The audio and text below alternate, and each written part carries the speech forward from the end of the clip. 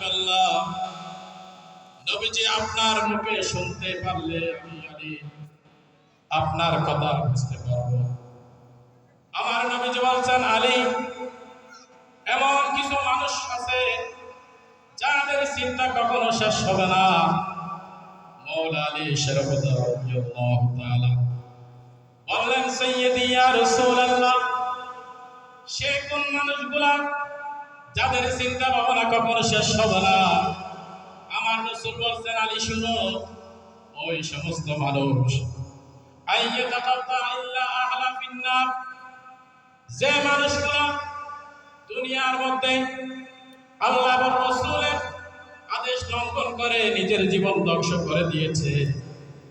কোরআন হাদিসের আলোচনা ভালো লাগে নাই, মসজিদের খতিবরা যখন আলোচনা করে ভালো লাগে নাই, কোরআন হাদিসের আলোচনা করলে, নামাজের দিকে এগিয়ে আসার কথা বললে তাদের গায়ে আগুন জ্বলেছে। ওই সমস্ত মানুষ যাদেরকে ভালো কাজ করার জন্য মানুষ আদেশ করেছে, আদেশ করার পর তাদের খারাপ লেগেছে, তারা এইভাবে নিজের জীবন ধ্বংস করে মালাকুল মউত পর্যন্ত এসে গেছে। কবরে চলে যাওয়ার পর হাসরের ময়দান কায়েম হলো। ওখানে হিসাব নিকাশের পর যাদেরকে জাহান্নামে ওয়াজিব করে দিয়েছে, জাহান্নামের ফেরেশতারা নিয়ে গেছে।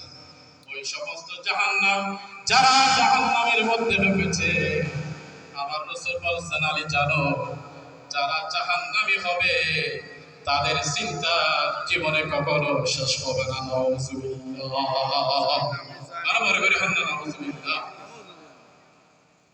জাহান্নামীদের চিন্তা কখনো শেষ হবে না।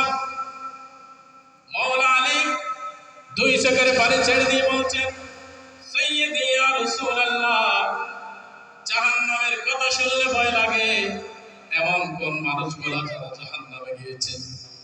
আলীর পাশাপাশি আরেকটা কথা শুনো, জাহান্নামী যারা, তাদের চিন্তা শেষ হবে না বিদায়, কিন্তু এমন কিছু মানুষ আছে যাদের আনন্দ কখনো শেষ হবে না। সুবহানাল্লাহ। এই কথা যখন মওলা আলী প্রশ্ন করলেন, ইয়া রাসূলুল্লাহ, ইয়া হাবিবাল্লাহ, কোন মানুষের আনন্দ শেষ হবে না? নবীজি আমাকে একটু বলো।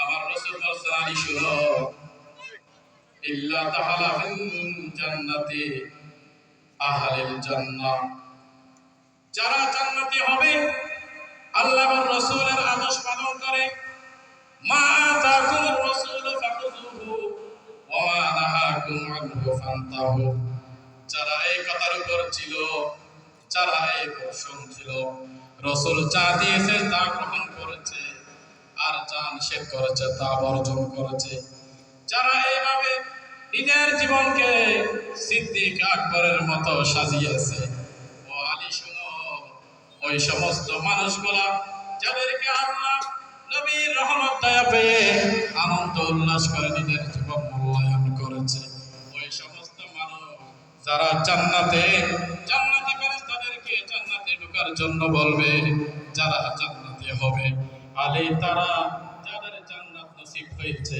জান্নাতি মানুষের আনন্দ কখনো শেষ হবে না। সুবহানাল্লাহ। একদিকে জাহান্নামীদের চিন্তা কখনো শেষ হবে না। দুনিয়ার মধ্যে আমরা অনেক কিছু চিন্তা করি, গাড়ি বাড়ি বিল্ডিং সম্পদ টাকা পয়সা উপার্জন করব, একটা চিন্তাই তাকে দুনিয়া মিলবে। কিন্তু আমাদের যখন সে অর্জন হয়, আমরা যখন সেটা করার বাস্তবায়নে পড়ি, যখন সেটা আমাদের বর্ণর হয়ে যায়, তখন আমাদের চিন্তাটা দূর হয়ে যায়। কিন্তু আমার রাসূল বলেছেন, আলী, জাহান্নামের এত হতভাগা, তারা এত নিকৃষ্ট, যাদের চিন্তা কখনো শেষ হবে না, তারা শুধু আফসোস করতেই থাকবে। হায় হায় আল্লাহ, দুনিয়ার মধ্যে এত সুন্দর সিস্টেম ছিল, এত শ্রেষ্ঠ নবী আমাদের নসিব হয়েছে, বিদার পরেও আমরা সে দর্শন ধরে রাখতে পারি নাই। এলাকায় আমার কোরআন এবং হাদিসের আলোচনা হয়েছে, তোমরা সেই মাহফিলে অংশগ্রহণ করো নাই। আজকে যদি এই মাঠের মধ্যে যদি একটা নায়ক নায়িকার যদি আসর হতো, আজকে যদি ভিন্ন ধরনের একটা অনুষ্ঠান হতো, তাহলে এই মাগরিবের পর আসার আগে এখানে জায়গা দেওয়ার কোনো জায়গা থাকতো না, ঠিক কিনা? জায়গা থাকতো না। এখানে টিকিট কেটে কেটে এখানে মানুষকে প্রবাস করানো হতো। আজকে নবীর কথা, আল্লাহর কথা, ওলিয়ে কেরামের কথা হচ্ছে বিদায় আজকে মুসলমানরা সেটা মাথায় দিচ্ছে না, মানে এটা গুরুত্ব দিচ্ছে না, যেটা আমাদের প্রয়োজন নেই। আমাদেরকে শয়তান গ্রাস করে ফেলেছে, যে শয়তানের সাথে জিহাদ করে আমরা আজকে উপলব্ধি